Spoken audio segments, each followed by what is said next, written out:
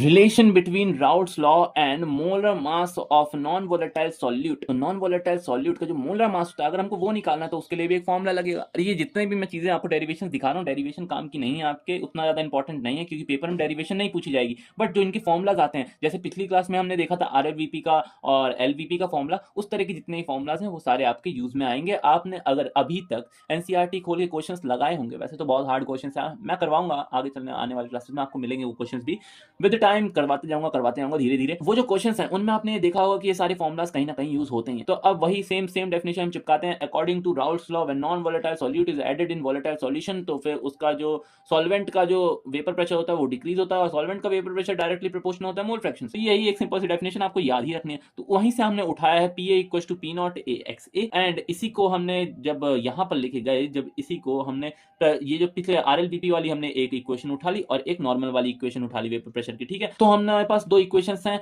Vapour pressure वाली हमने पिछली क्लास में निकाली थी और शायद उससे भी पहले वाली क्लास में निकाली हो, और हमने आरएलबीपी की पिछली ही क्लास में निकाली थी, ठीक है। तो हम अभी हमारे पास दो इक्वेशंस हैं, आपको ये दो इक्वेशंस याद होंगी, है ना। अब हम हमारे पास एक और चीज है जो कि है एक्स बी। एक्स बी क्या होता है? एन बी अपॉन में N A plus N B, यानी कि number of moles of solute क्या होता है। अगर हमको मोल फ्रैक्शन ऑफ सॉल्यूट निकालना है तो number of moles of solute upon में टोटल नंबर ऑफ सॉल्यूशन, या total number of solute plus total number of solvent, ठीक है। और उसी को अगर हम और ओपन करें तो डब्ल्यू ए अपॉन में एम ए, यानी हमने इसको ओपन करके यहाँ पर रख दिया डब्ल्यू बी अपॉन में एम बी, क्योंकि हम सॉल्यूट पे काम कर रहे हैं इसलिए हम सॉल्यूट सॉल्यूट देखेंगे। डब्ल्यू बी अपॉन में एम बी, यहाँ पर भी डब्ल्यू बी अपॉन में एम बी, और यहाँ पर प्लस डब्ल्यू ए अपॉन में एम ए। जब हमने इसको सबको पुट कर दिया, ठीक है। अब हम देख रहे हैं कि यहाँ जो सॉल्यूट है, इस पूरे सॉल्यूशन में अगर हम एक सॉल्यूशन देखें तो उसमें जो बहुत लेस अमाउंट में रहता है ना, बहुत नेग्लिजिबल अमाउंट में रहता है सॉल्यूट, ठीक है ना। डाइल्यूट सॉल्यूशन में तो और ज्यादा कम रहता है, ठीक है। तो सिंस हमने ऐसा माना कि सॉल्यूट बहुत ही कम है सॉल्वेंट के कंपैरिजन में, तो हम उसको नेग्लेक्ट कर देते हैं। तो हमने जैसे उसको नेग्लेक्ट किया तो हमारे पास ये इक्वेशन बन के आई